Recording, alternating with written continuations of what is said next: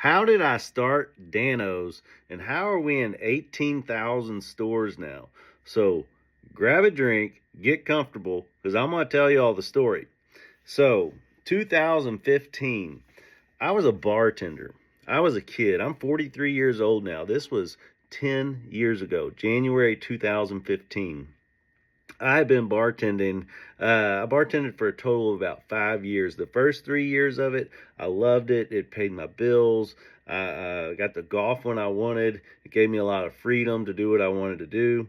But after doing it for about 3 years, I realized that it was not the lifestyle I wanted for myself anymore. I had these big dreams and admirations about doing something really big. I always felt like I was going to do something really big. And so I had a lot of big ideas. I was an idea guy. And it wasn't. Here you go. So 2015, I was bartending. So I'm thinking of all these ideas. Well, my ideas took a lot of money. I didn't have a lot of money. I was a bartender. And so I had about $8,000 saved up, though, because I was saving it for something. I actually spent a little bit of money on a disposable toothbrush idea, about $1,500, but then they needed like 20,000 more, and I didn't believe in it that much. So I always had this love for cooking for other people. People in my family used to say, you should be a chef. And I'm like, nah, it's not the life I want to live. I don't want to work in the kitchen my whole life. I love to cook, but I didn't want that profession.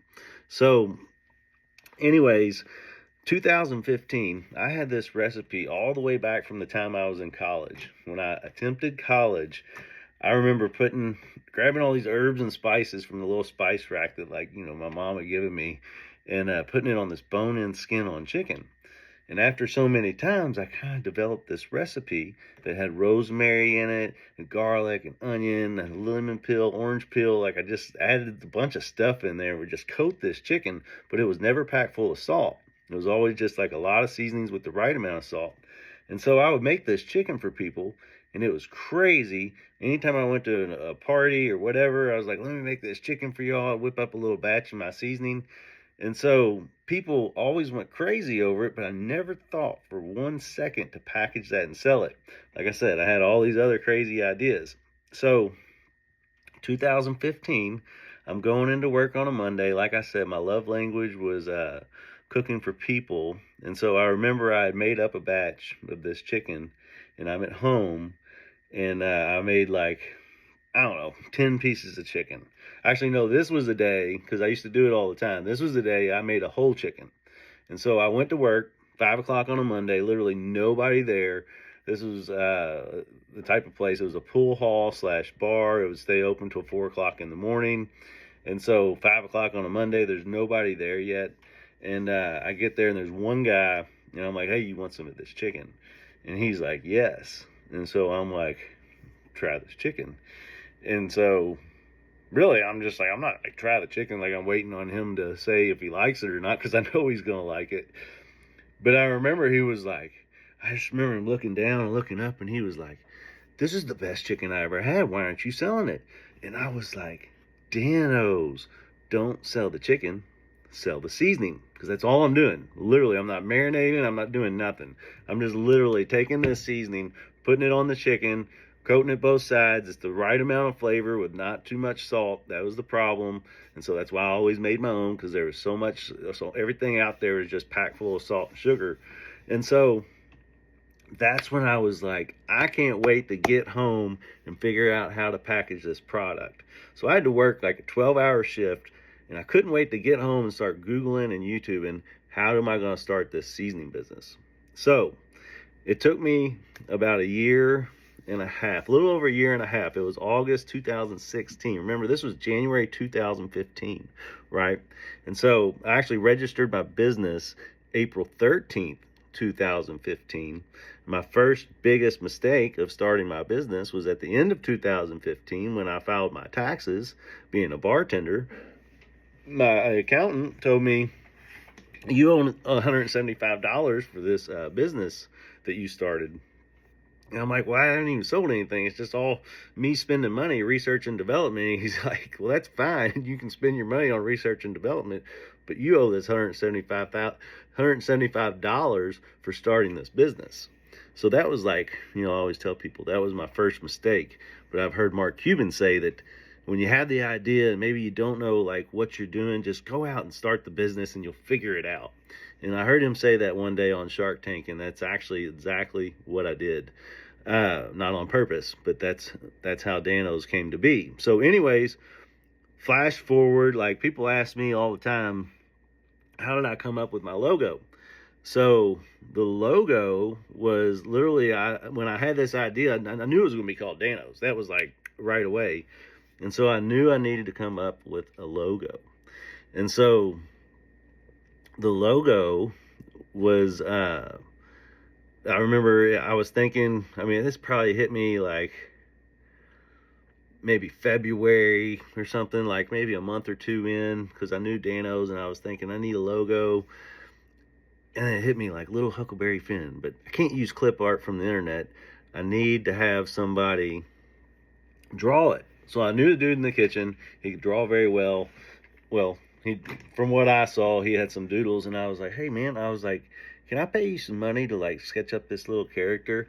And the original character was like little Danny. He was different than this, but he was like walking in the state of Kentucky with like these farm animals, lamb, a sheep, a cow, and they're like, he's kind of like herding them. So that was the original concept idea, and of course all I used from that concept was just little Danny himself. That's what we call him, little Danny. So anyway, so over a year and a half to package the product. And then once I originally packaged the product, I wish I had a bottle of the original packaging with me. It was a little bit larger than this. And I had that packaging. And so the first thing I did is I did some little farmers markets, and I was successful with it. And I would go, it'd be like 3-4 hour farmers market, and I would sell, let's say $200, $300, $400 on a good day. And so it was good. People liked it. I would sample it on like celery with cream cheese or like fresh cut tomatoes, because I couldn't cook anything because it was, health department and whatnot. So it was like just fresh vegetables or something. I would figure out something to sample it on where you could really taste the flavor. And so I was successful doing the little farmers market. Only did a few of them.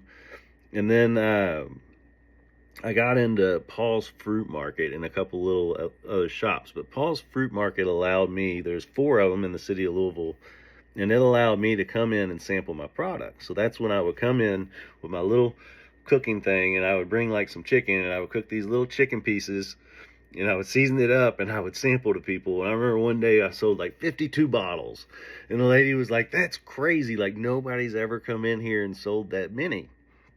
Well, so it was great, and it was crazy, like people loved it, and sounds like great success. But what I was paying attention to is why people weren't buying it.